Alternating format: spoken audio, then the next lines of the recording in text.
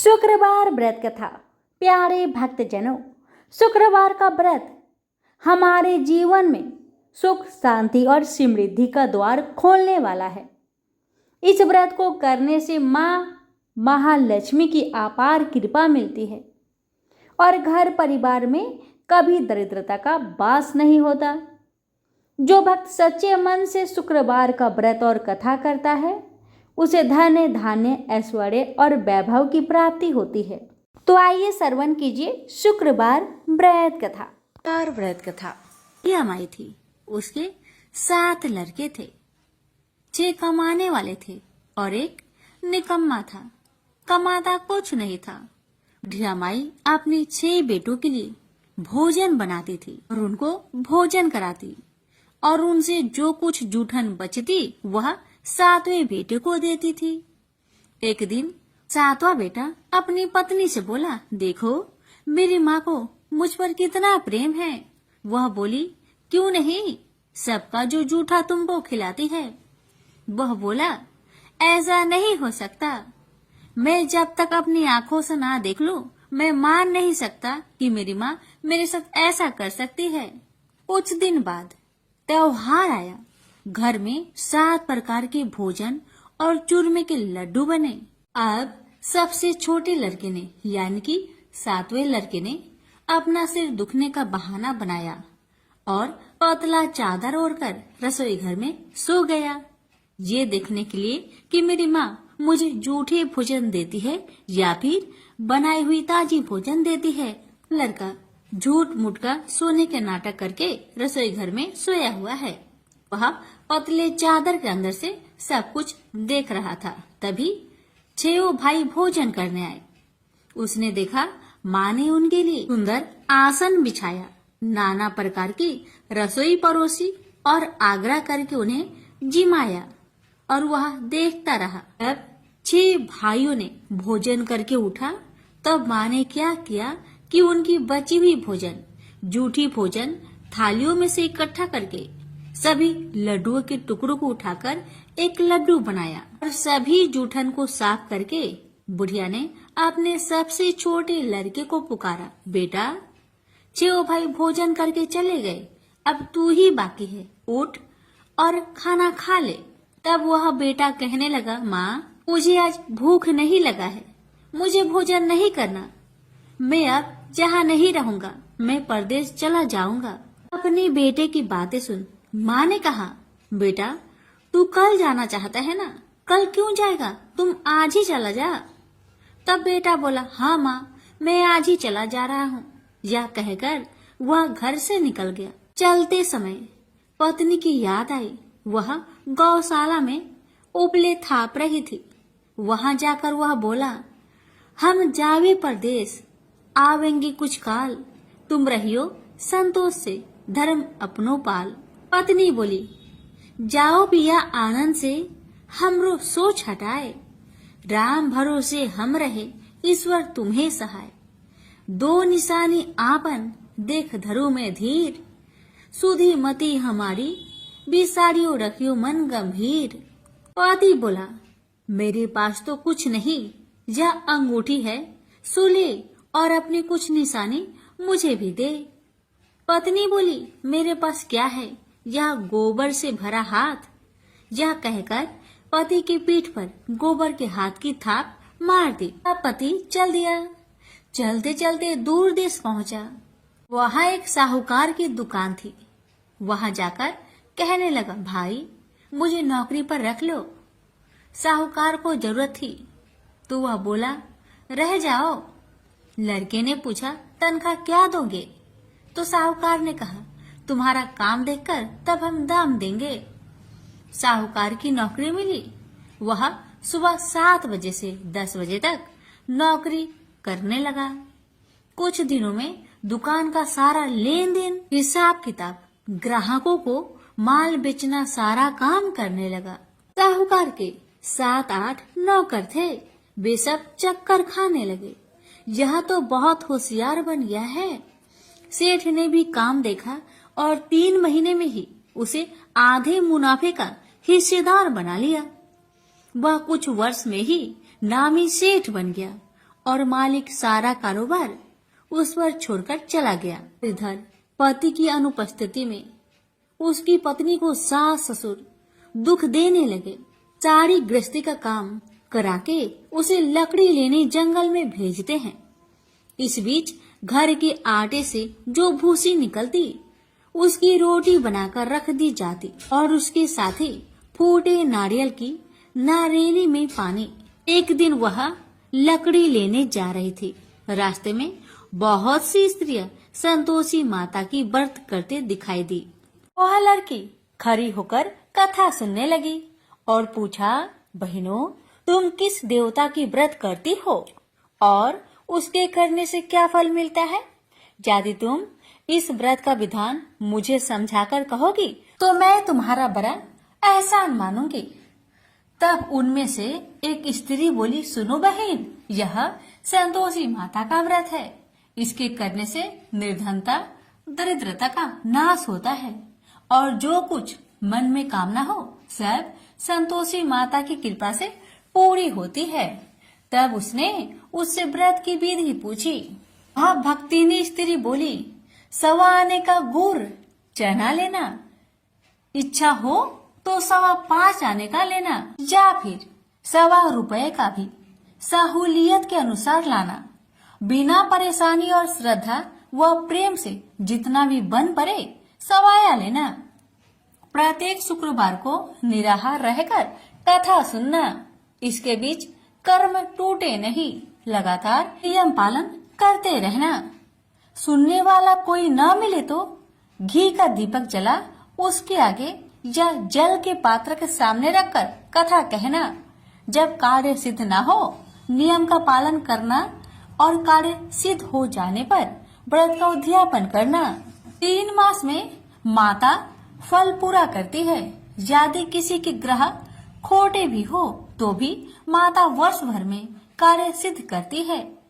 फल सिद्ध होने पर उद्यापन कर लेना चाहिए, बीच में नहीं। उद्यापन में 2.5 सेर आटे का खाजा तथा इसी परिमाण में खीर तथा चने का साग करना। 8 लड़कों को भोजन कराना। जहाँ तक मिले देवर जेठ भाई बंधु के हो, न मिले तो रिश्तेदारों और पास पड़ोसियों को बुलाना। उन्हें भोजन करा, यथाशक्ति दक्षिणा दे। माता का नियम पूरा करना। उस दिन घर में खटाई न खाना। यह सुन बुढ़िया माई के लड़के की बहू चल दी।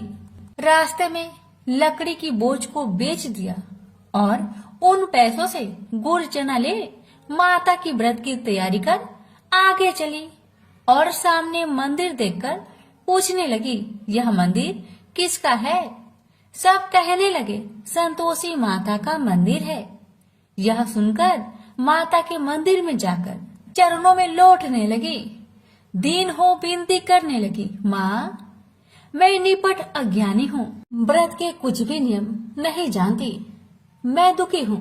हे माँ, जगत जननी, मेरा दुख दूर कर, मैं तेरी शरण में आई हूँ। माता को दया आई।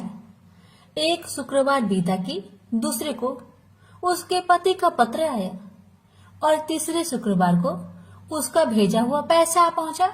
यह देख जेठ जेठानी मुंह से रोकने लगी। लड़के ताने देने लगे। काकी के पास पत्र आने लगे, रुपया आने लगा। अब तो काकी की खातिर बढ़ेगी। बेचारी सरलता से कहती, भैया कागज आवे रुपया आवे, हम सब के लिए अच्छा है। ऐसा कहकर आंखों में आंसू भरकर संतोषी माता के मंदिर में आ मातेश्वरी के चरण में गिरकर रोने लगी। माँ, मैंने तुमसे पैसा कब मांगा है माँ? ये पैसे से क्या काम है माँ? मुझे तो अपने सुहाग से काम है। मैं तो अपने स्वामी के दर्शन मांगती हूँ माँ। तब माता ने प्रसन्न होकर कहा, जा बेटी, तेरा स्वामी आएगा। यह सुनकर खुशी से बावली होकर घर जा पहुंची। अपना काम काज करने लगी। अब संतोषी माँ विचार करने लगी, इस भोली पुत्री को मैंने कह तो दिया कि तेरा पति आएगा, लेकिन कैसे? वह तो इसे सपने में भी याद नहीं करता। उसे याद दिलाने को मुझे ही जाना पड़ेगा। इस तरह माता जी उस बुढ़िया के बेटे के पास जा सपने में प्रकट हो कहने लगी, साहूकार के बेटे तुम सो रहा है या जागता है? वह कहने लगा, माता मैं सोता भी नहीं जागता भी नहीं, कहो क्या आज्ञा है?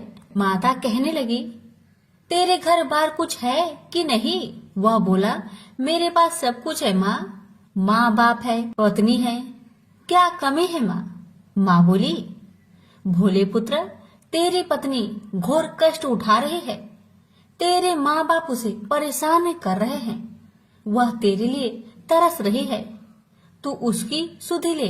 वह बोला, हाँ माता जी यह तो मालूम है, परंतु जाऊं तो कैसे? परदेश की बात है, लेन देन का कोई हिसाब नहीं है, कोई जाने का रास्ता भी नहीं आता, कैसे चला जाऊं? माँ कहने लगी, मेरी बात मान, सवेरे नहा धोकर संतोषी माता का नाम ले, घी का दीपक जला, दंडवत कर दुकान पर बैठ, देखते देखते तेरा सारा लेन देन चुक जाएगा, जमा का माल बिक जाएगा, साज होते होते धन का भारी ढेर लग जाएगा। माता की बात मानकर वह नहा धोकर संतोषी माता को दंडवत घी का दीपक जला, थोड़ी देर में देने वाले रुपए लाने लगे, लेने वाले हिसाब लेने लगे, कोठे में भरे सामान की खरीदारी नगद दाम में दे सौदा करने लगे। शाम तक धन का भारी ढेर लग गया। मन में माता का नाम ले चमत्कार देख प्रसन्न होकर घर ले जाने के वास्ते गहना कपड़ा सामान खरीदने लगा। यह काम से निपट तुरंत घर को रवाना हुआ। उधर उसकी पत्नी जंगल में लकड़ी लेने जाती है। लौटते वक्त माता जी के मंदिर में विश्राम करती है। वह तो उसके प्रतिदिन रुकने का जो स्थान ठहरा। धूल उड़ती देख वह माता से पूछती है, हे माता यह धूल कैसे उड़ रही है? माता कहती है, हे पुत्री तेरा पति आ रहा है, अब तू ऐसा कर लकड़ियों के 3 बोझ बना ले, एक नदी के किनारे रख और दूसरा मेरे मंदिर पर व तीसरा अपने सिर पर। तेरे पति को लकड़ियों का गट्टर देख मोह पैदा होगा, वह यहाँ रुकेगा, नाश्ता पानी खाकर माँ से मिलने जाएगा, तब तू लकड़ियों का बोझ उठाकर जाना और चौक में गट्टर डालकर जोर से आवाज देकर कहना, लो सासू जी लकड़ियों का गट्टर लो, भूसी की रोटी दो, नारियल की खोपरे में पानी दो, आज मेहमान कौन आया है? माताजी बहुत अच्छा कहकर वह प्रसन्न मन से लकड़ियों के 3 गट्टर बनाई, एक नदी के किनारे पर और एक माताजी के मंदिर पर रखा। इतने में मुसाफिर आ पहुंचा। सूखी लकड़ी देख उसकी इच्छा उत्पन्न हुई कि हम यहीं पर विश्राम करें और भोजन बनाकर खा पी कर गाँव जाए। इसी तरह रुककर भोजन बना विश्राम करके गाँव को गया। सबसे प्रेम से मिला। उसी समय सिर पर लकड़ी का गट्टर लिए वह उतावली सी आती है। लकड़ियों का भारी बोझ आंगन में डालकर जोर से 3 आवाज देती है, लो सासू जी लकड़ियों का गट्टर लो, भूसी की रोटी दो, आज मेहमान कौन आया है? यह सुनकर उसकी सास बाहर आकर अपने दिए हुए कष्टों को भुलाने हेतु कहती है, बहू ऐसा क्यों कहती है? तेरा मालिक ही तो आया है, आ बैठ, मीठा भात खा, भोजन कर, कपड़े पहन, गहने पहन। उसकी आवाज सुन उसका पति बाहर आता है। अंगूठी देख व्याकुल हो जाता है और माँ से पूछता है, माँ यह कौन है? माँ ने कहा, बेटा यह तेरी पत्नी है, जब से तू गया है तब से सारे गांव में भटकती फिरती है, घर का कामकाज कुछ नहीं करती, 4 पहर आकर खा जाती है। वह बोला, ठीक है माँ, मैंने इसे भी देखा और तुम्हें भी, अब दूसरे घर की ताली दो, मैं उसमें रहूंगा। माँ बोली, ठीक है जैसी तेरी मर्जी। तब वह दूसरे मकान की 3री मंजिल का कमरा खोल सारा सामान जमाया। एक दिन में ही राजा के महल के जैसा ठाट बाट बन गया। अब क्या था, बहू सुख भोगने लगी। इतने में शुक्रवार आया।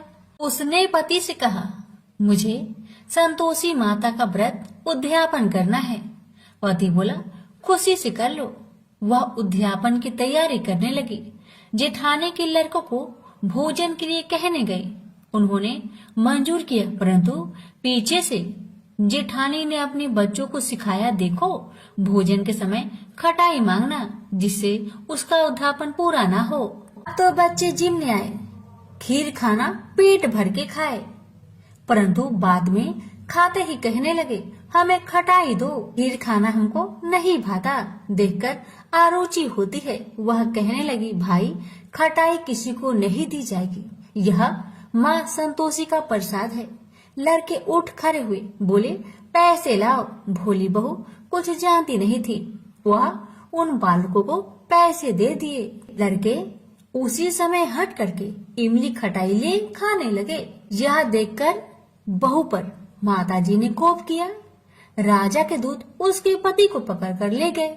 जेठ जेठानी मन माने वचन कहने लगे, लूट लूट कर धन इकट्ठा कर लाया है, अब सब मालूम पड़ जाएगा जब जेल की मार खाएगा। बहू से यह सहन नहीं हुआ। रोती हुई बहू माताजी के मंदिर गई, कहने लगी, हे माता, तुमने क्या किया? हंसाकर अब भक्तों को रुलाने लगी। माता बोली, बेटी तूने उद्यापन करके मेरा व्रत भंग किया है।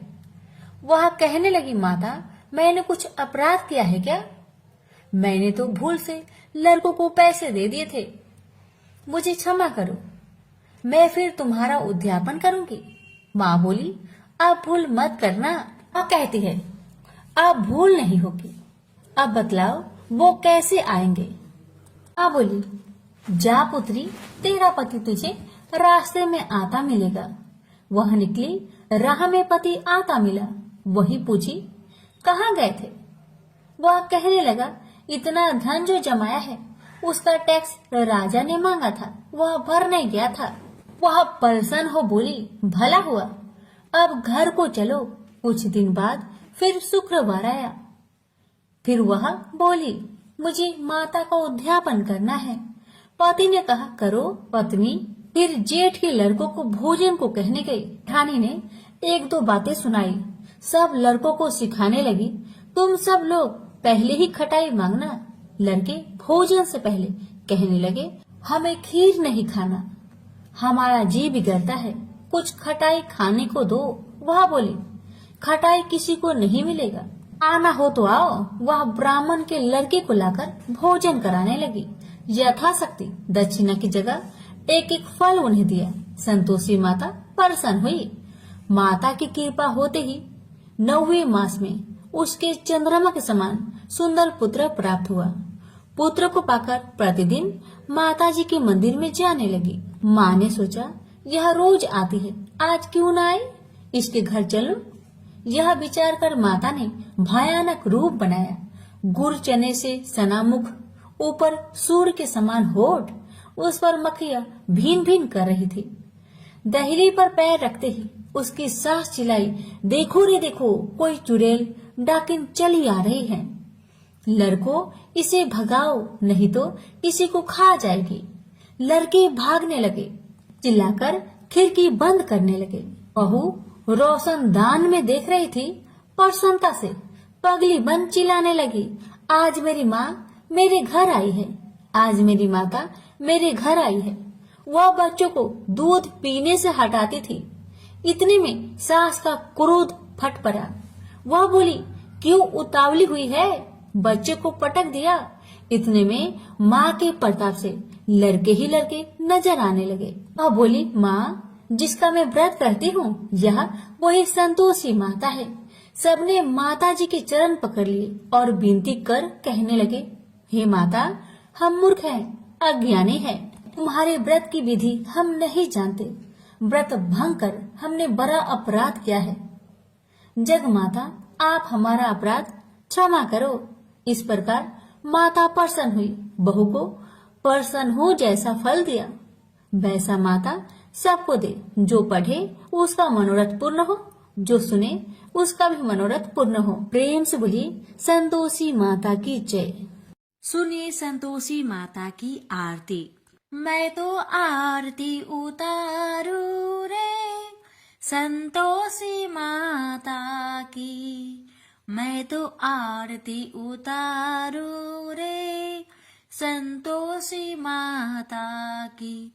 जय जय संतोषी माता जय जय माँ, जय जय संतोषी माता जय जय माँ, जय जय संतोषी माता जय जय माँ। बड़ी ममता है बड़ा प्यार माँ की आँखों में, माँ की आँखों में।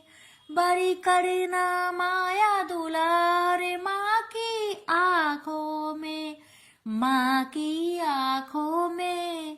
क्यों ना देखूं मैं बार में बार माँ के आँखों में, माँ के आँखों में। दिखे हरे घड़ी, दिखे हरे घड़ी नया चमत्कार माँ के आँखों में, माँ की आँखों में। नित्य करो झूम झूम छम छमा छम झूम झूम, झांकी निहारो रे, मैं तो आरती उतारू रे, संतोषी माता की मैं तो आरती उतारू रे, संतोषी माता की। जय जय संतोषी माता जय जय माँ, जय जय संतोषी माता जय जय माँ, जय जय संतोषी माता जय जय माँ। सदा होती है जय जयकार माँ के मंदिर में, माँ के मंदिर में। नित्य झांझर की हो भी झनकार माँ के मंदिर में, माँ के मंदिर में। सदा मंजीरे करते पुकार माँ के मंदिर में, माँ के मंदिर में। वरदान के भरे हैं भंडार माँ के मंदिर में, माँ के मंदिर में। दीप धरो धूप करो प्रेम सहित भक्ति करो जीवन सुधारू रे, मैं तो आरती उतारू रे, संतोषी माता की मैं तो आरती उतारू रे, संतोषी माता की। जय जय संतोषी माता जय जय माँ, जय जय संतोषी माता जय जय माँ, जय जय संतोषी माता जय जय माँ। प्रेम से बोलिए संतोषी माता की जय। वैभव लक्ष्मी जी की बृहद कथा। प्रेम से बोलिए वैभव लक्ष्मी माता जी की जय। लाखों की जनसंख्या को अपने में समेटे कुशीनगर एक महानगर था। जैसे कि अन्य महानगरों की जीवनचर्या होती है, वैसा ही कुछ यहाँ भी था। यानी बुराई अधिक, अच्छाई कम, पाप अधिक, पुण्य कम। इसी कुशीनगर में हरिवंश नामक एक सद्गृहस्थ अपनी पत्नी दामिनी के साथ सुखी संपन्न जीवन गुजार रहा था। दोनों ही बड़े नेक और संतोषी स्वभाव के थे। धार्मिक कार्य अनुष्ठानों में उनकी अपार श्रद्धा थी। दुनियादारी से उनका कोई विशेष लेना देना नहीं था। अपने में ही मगन गृहस्थ की गाड़ी खींचे चले जा रहे थे दोनों। किसी ने ठीक ही कहा है, संकट और अतिथि की आने के लिए कोई समय निर्धारित नहीं होता। कुछ ऐसा ही हुआ दामिनी के साथ। जब उसका पति हरिवंश न जाने कैसे बुरे लोगों की संगत में फंस गया और घर गृहस्थी से उनका मन उचट गया। देर रात शराब पीकर घर आना और गाली गलौज तथा मारपीट करना उसका नित्य का नियम सा बन गया था। जुए, राटे, रेस तथा वैश्यगमन जैसे बुरे कर्म भी कुसंगति के बदौलत उसके पल्ले पड़ गए। धन कमाने की तीव्र लालसा ने हरिवंश की बुद्धि हर ली और उसको अच्छे बुरे का भी ज्ञान न रहा। घर में जो कुछ भी था सब उसके दुर्व्यसनों की भेंट चढ़ गया।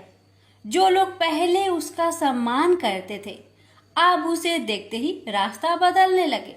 भूखमरी की हालत में भिखमंगों के समान उनकी स्थिति हो गई। लेकिन दामिनी बेहद संयमी और आस्थावान तथा संस्कारी स्त्री थी। ईश्वर पर उसे अटल विश्वास था। वह जानती थी कि यह सब कर्मों का फल है। दुख के बाद सुख तो एक दिन आना ही है। अचानक एक दिन दोपहर के समय द्वार पे हुई दस्तक की आवाज सुनकर दामिनी की तंद्रा भंग हुई। अतिथि सत्कार के भय मात्र से उसकी अंतर आत्मा कांप उठी, क्योंकि घर में अन्न का एक दाना भी नहीं था जो अतिथि की सेवा में अर्पित किया जा सकता। फिर भी संस्कारों की ऐसी प्रबलता थी कि उसका मन अतिथि सत्कार को उद्धत हो उठा। उसने उठकर द्वार खोला, देखा सामने एक दिव्य पुरुष खड़ा था। बड़े बड़े घुंघराले श्वेत केश, चेहरे को ढके हुए लहराती दाढ़ी, गेरुए वस्त्रों का आवरण पहने उसके चेहरे से तेज टपक पड़ रहा था। आंखों मानो अमृत सी वर्षा कर रही थी। उस दिव्य पुरुष को देखकर दामिनी को अपार शांति का अनुभव हुआ और वह उसे देखते ही समझ गई कि आगत वास्तव में कोई पहुंचा हुआ सिद्ध महात्मा है। उसके मन में अतिथि के प्रति गहन श्रद्धा के भाव उमड़ पड़े और वह उसे सम्मान सहित घर के भीतर ले गई। दामिनी ने जब उसे फाटे हुए आसन पर बैठाया तो वह मारे लज्जा के जमीन में गिर सी गई। उधर वह संत पुरुष दामिनी की ओर एकटक निहारे जा रहा था। घर में जो कुछ भी बचा खुचा था दामिनी ने अतिथि की सेवा में अर्पित कर दिया, पर उसने इस पर कोई ध्यान नहीं दिया। बस दामिनी को यूं निहारे जा रहा था मानो उसे कुछ याद दिलाने की चेष्टा कर रहा हो। जब काफी देर तक दामिनी कुछ न बोली तो उसने कहा, बेटी मुझे पहचाना नहीं क्या? उसका यह प्रश्न सुनकर दामिनी जैसे सोते से जागी और अत्यंत संकुचाते हुए मधुर स्वर में बोली, महाराज मेरी धृष्टता को क्षमा करें। जो आप जैसे दिव्य पुरुष को मैं पहचान कर भी नहीं पहचान पा रही हूँ। पारिवारिक कष्टों ने तो जैसे मेरी सोचने समझने की शक्ति ही छीन ली है। लेकिन यह निश्चित है कि संकट की इस घड़ी में मुझे आप जैसे साधु पुरुष का ही सहारा है। तभी जैसे दामिनी को कुछ याद हो आया, वह उस साधु के चरणों में गिरकर बोल उठी, अब मैं आपको पहचान गई हूँ महाराज। स्नेहा रूपी अमृत की वर्षा करने वाले अपने शुभ चिंतक को कोई कैसे भूल सकता है भला?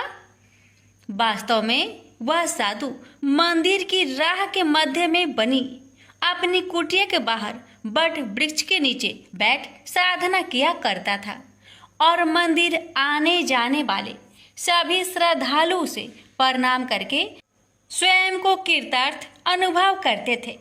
दामिनी भी उन्हीं में से एक थी। जब पिछले काफी दिनों से उसने उसे मंदिर की ओर आते जाते नहीं देखा तो उसकी कुशल क्षेम जानने के लिए पूछताछ करते हुए उसके घर की ओर आ निकला था। दामिनी अभी अपनी सोचों में ही डूबी हुई थी कि साधु महाराज ने मौन भंग किया। क्या कारण है पुत्री, तू आजकल मंदिर आती जाती दिखाई नहीं पड़ती। तुझे जो भी कष्ट है मुझे बता, शायद मैं तेरी कुछ सहायता कर सकूं। व्यक्ति दुखों के बोझ तले दबा हो तो ऐसे में सहानुभूति के दो बोल ही काफी होते हैं। दामिनी भी खुद पर संयम नहीं रख पाई और बिलख कर रोने लगी। तभी वह साधु वात्सल्यपूर्ण स्वर में बोला, मन छोटा करने से समस्या हल नहीं होगी। सुख दुख तो एक गाड़ी की दो पहियों के समान है। इनका आना जाना तो जिंदगी भर लगा ही रहता है।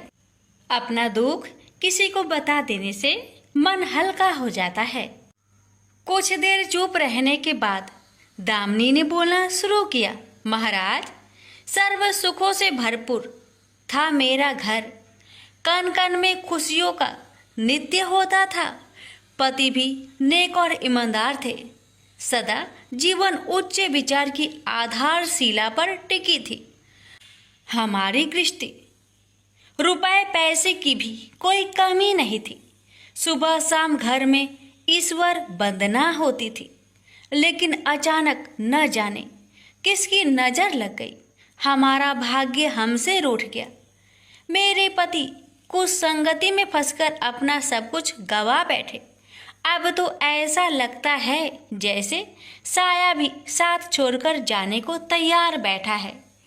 भिखारियों से भी बदतर स्थिति हो गई है हमारी। दामिनी की करुण व्यथा सुनकर साधु का हृदय हाहाकार कर उठा।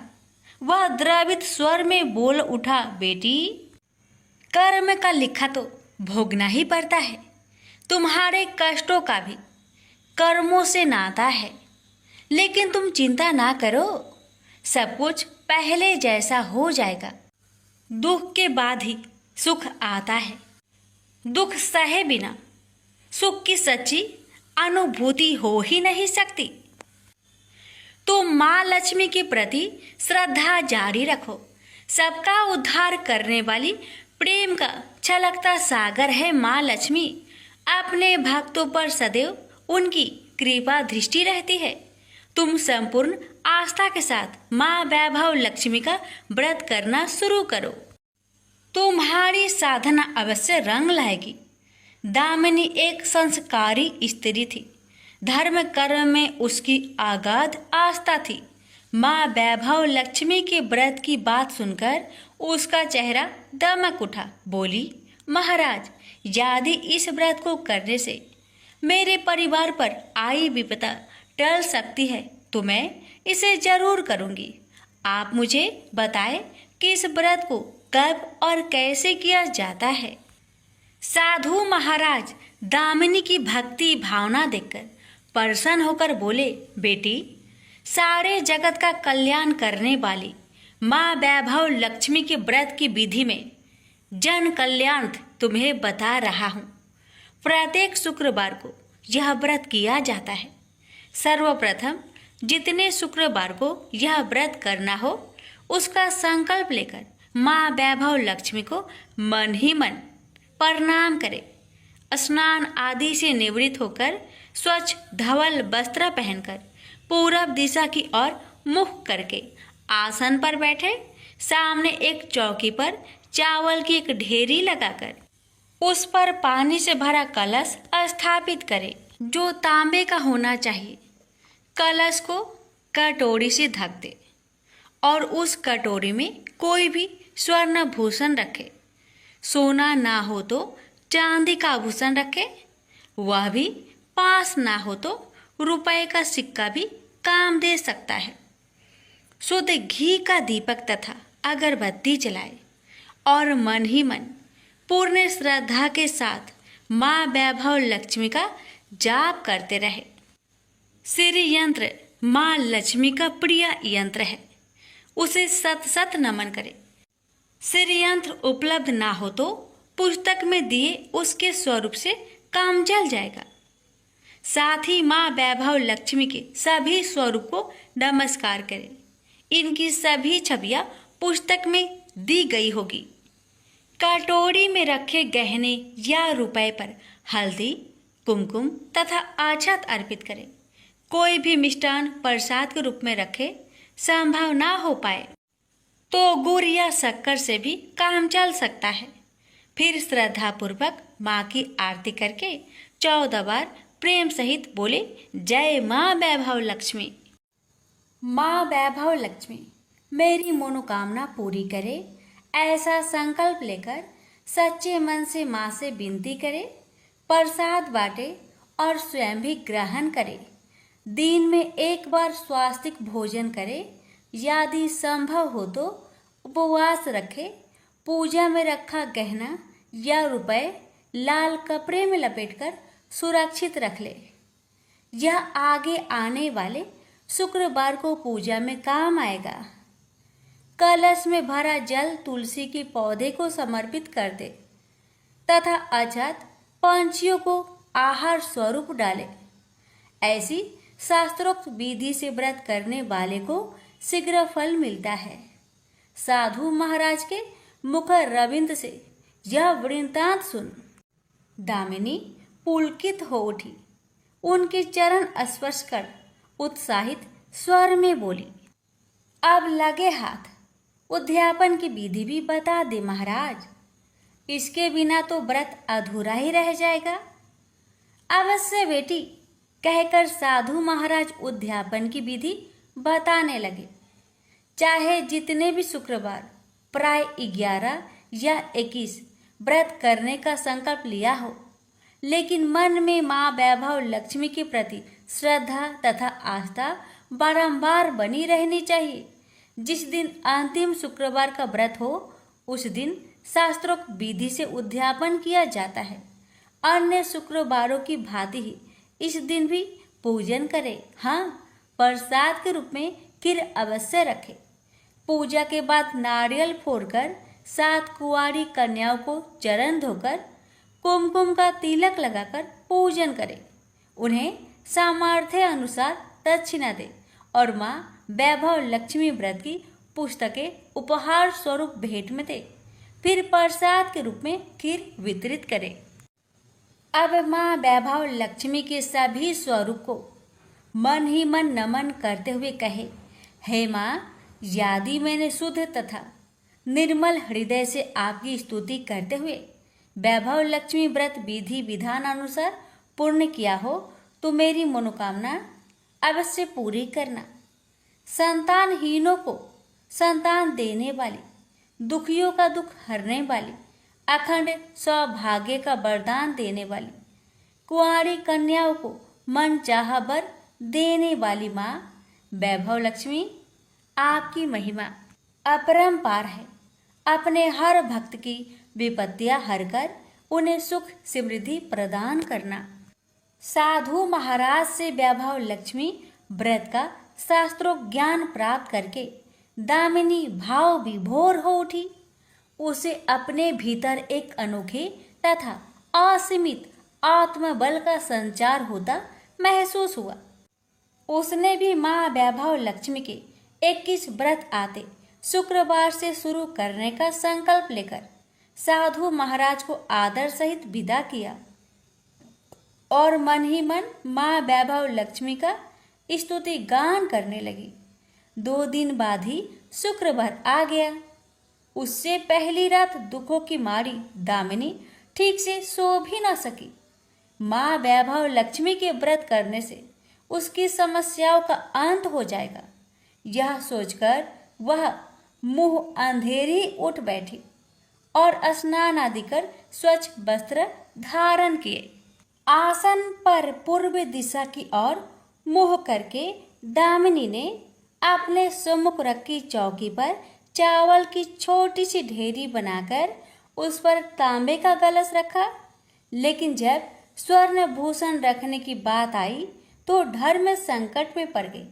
सारे गहने पति ने दुर्योधनों की भेंट चढ़ चुके थे।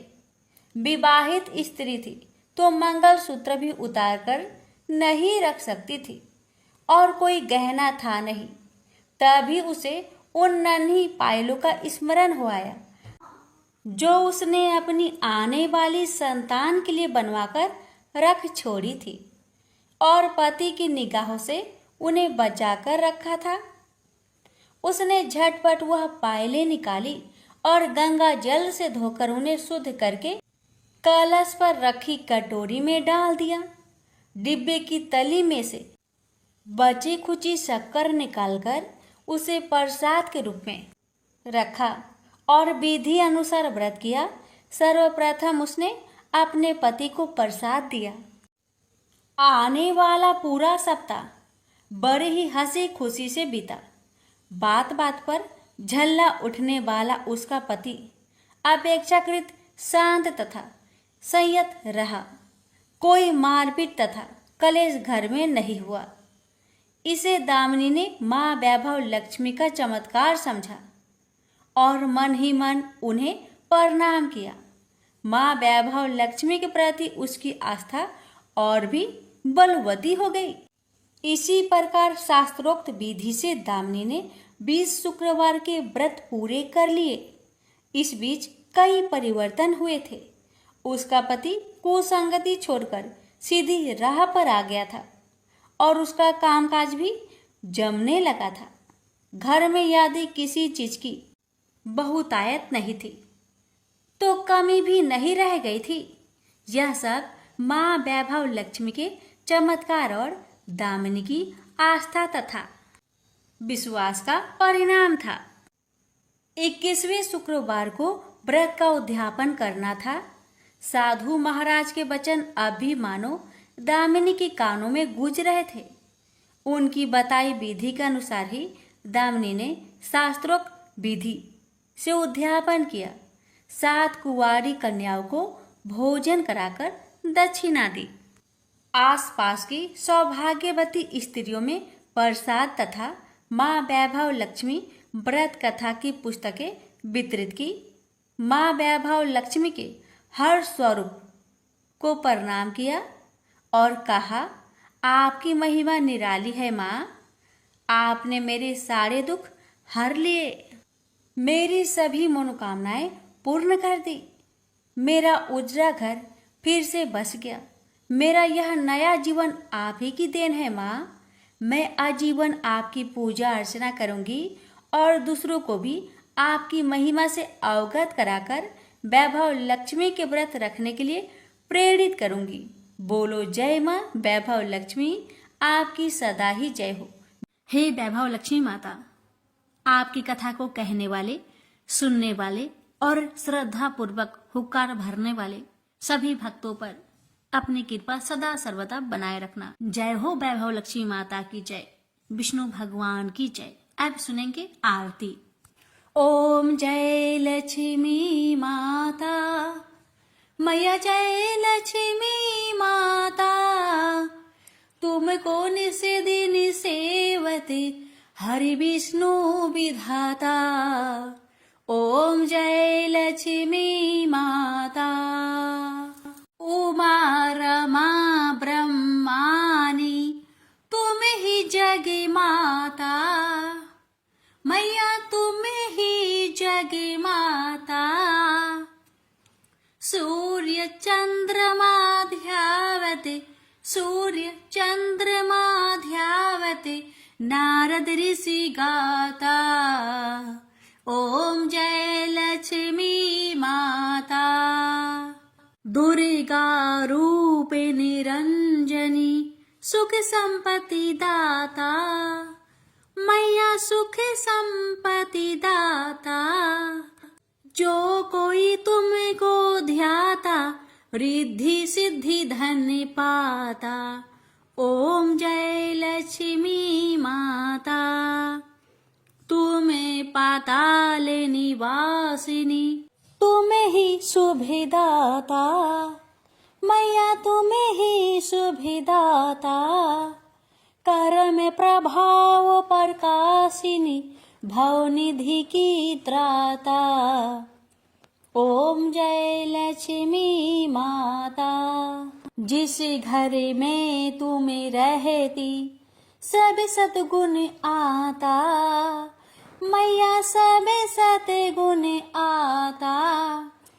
सब संभव हो जाता, मन नहीं घबराता। ओम जय लक्ष्मी माता, तुम बिन यज्ञ न होते, वस्त्र न कोई पाता, मैया वस्त्र न कोई पाता।